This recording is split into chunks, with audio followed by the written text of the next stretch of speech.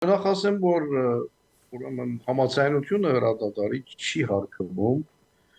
բայց նախին դրությամբ չէ, այսինքն երկու ստեկ չեն այդ հրադադարի խախտումի դեպքերը, ավելի շուտ միակողմանի խախտումները, որովհետև ըստ այդ համաձայնության ուրեմն իսրայելյան զորքերը պետք է լքեին լիբանանյան տարածքները, հետո Իսրայելը շարունակում է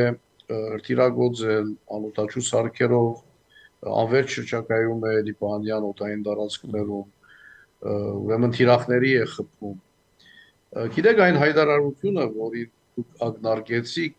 քաղաքական առումով չեմ կարծում շատ ընկալելի է, եթե նկատի ունենանք, որ ստեյության լիբանանյան կառավարությունը նաև այն կարողականությունը չունի Հեզբոլլա զինաթափելու, եթե սա համաձայնությամբ չլինի, որովհետև այլապես շատ քաոսային կլինի, եթե ներ-լիբանանյան փախուտներով լինի այդ զինաթափումը։ Եվ խորքի մեջ